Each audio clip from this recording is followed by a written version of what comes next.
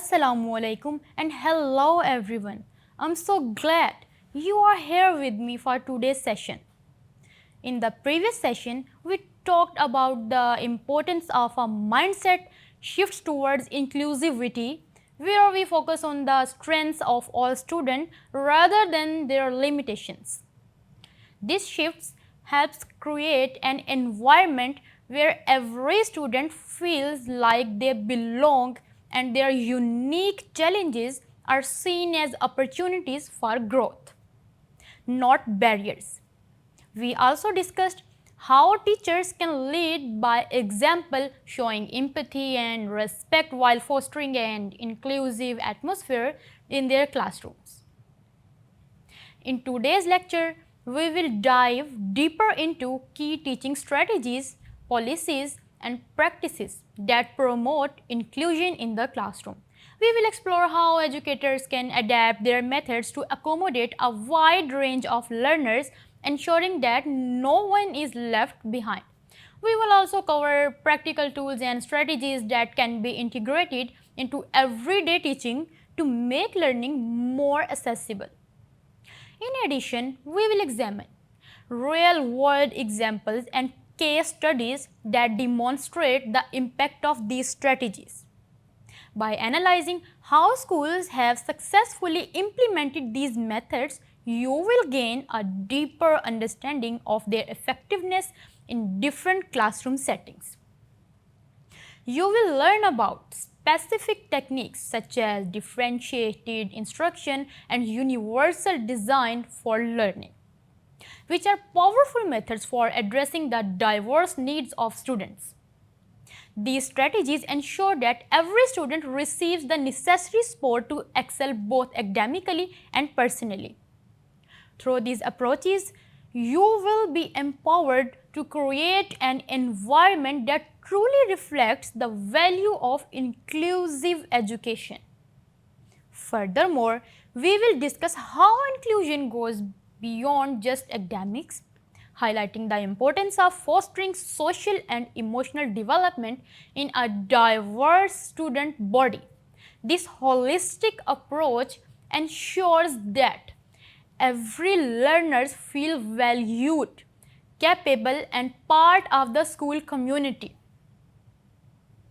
Through today's session, you will gain the knowledge and tools to be an advocate for inclusive education.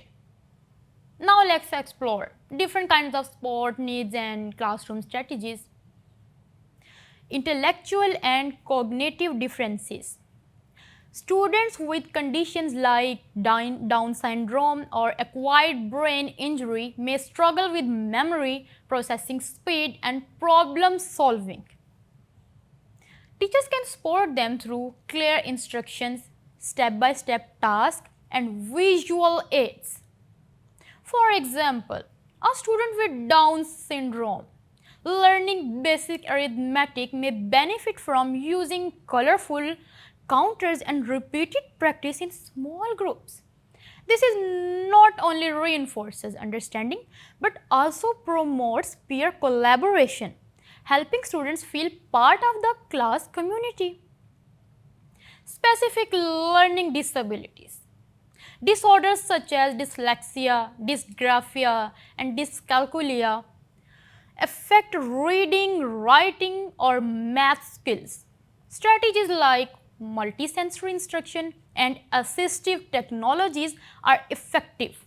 For instance, a child with dyslexia may use text to speech software to access reading materials while the teacher encourages oral presentation instead of writing essays. By celebrating small achievement, educators reduce stigma and boost self-confidence. ADHD. Students with attention deficit hyperactivity disorder often display inattention hyperactivity or impulsiveness.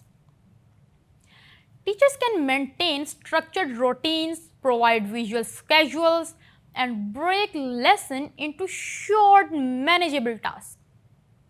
In one classroom, a teacher allowed a student with ADHD to use a stress ball and take short movement break, which improved focus and reduced disruption.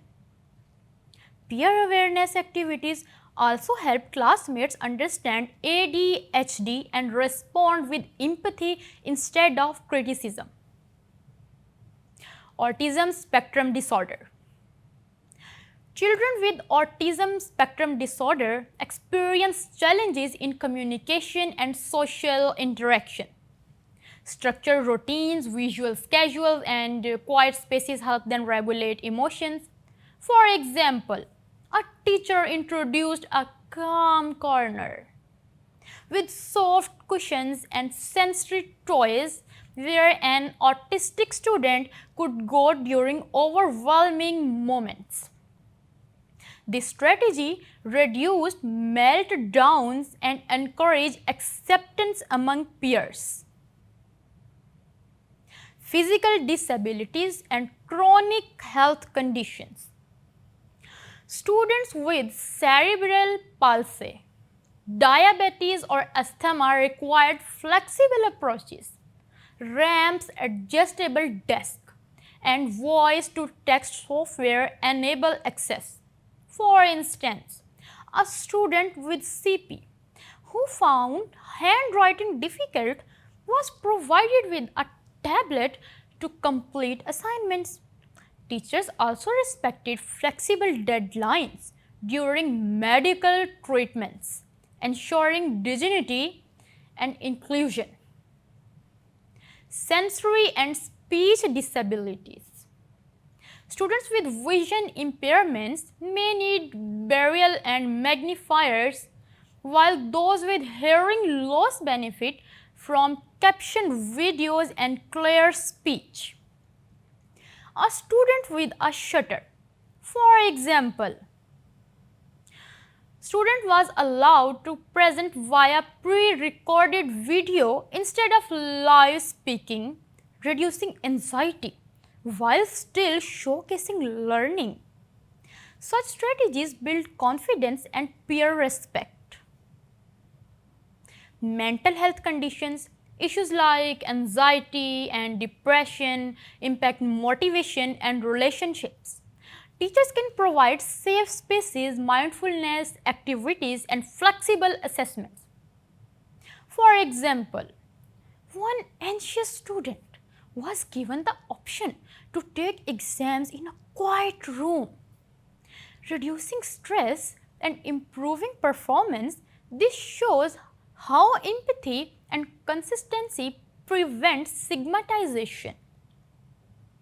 High ability learners. Gifted students may feel bored or isolated without challenges.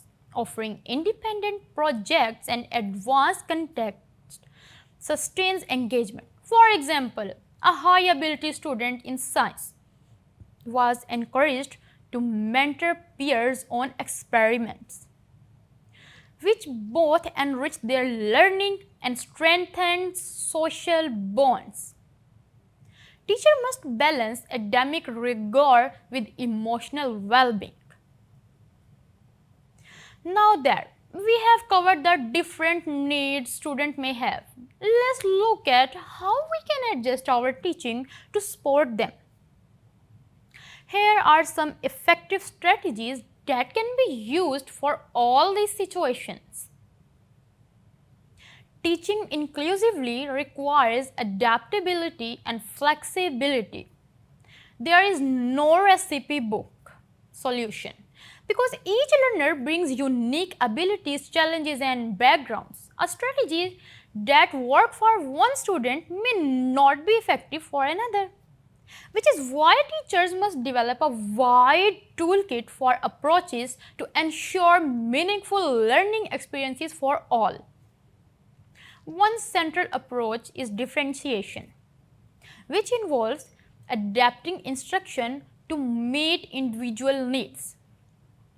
This can be done by modifying the content. For example, providing simpler text for some and advanced readings for others. The process, for example, allowing group discussions, hands-on activities or independent study. The product, for example, students' demonstration, understanding through essays, presentations or creative projects. And the learning environment, for example, fostering safe motivation spaces.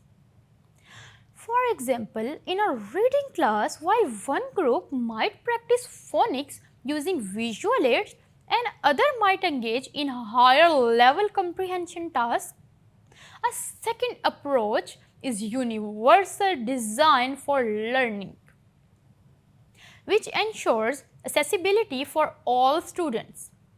UDL is based on three principles: multiple means of representation, delivering content through visuals, audio and text, multiple means of expression, allowing student to show learning via project, technology tools and oral reports, and multiple means of engagement, offering choices, fostering curiosity and personalizing learning paths.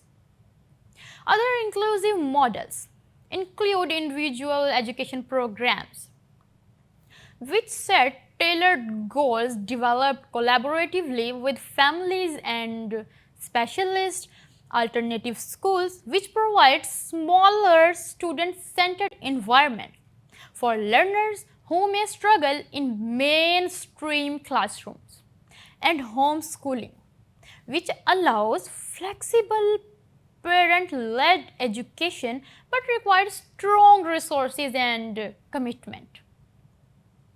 For instance, consider a student with dyslexia in a mainstream classroom. Instead of including them, the teacher may use audio books, representation, allow oral responses instead of written test, expressions, and provide choice-based projects to maintain motivation. Engagement. This example illustrates how inclusive strategies promote both equity and excellence in education. To conclude, inclusive education is not merely a matter of policies and programs but a broader mindset that recognizes diversity as a strength. It is about valuing every learner, respecting individual differences, and ensuring that opportunities for growth and participation are available to all. Inclusive education seeks to dismantle barriers of marginalization, stigma, and discrimination while replacing them with practices and affirm dignity, acceptance, and belonging.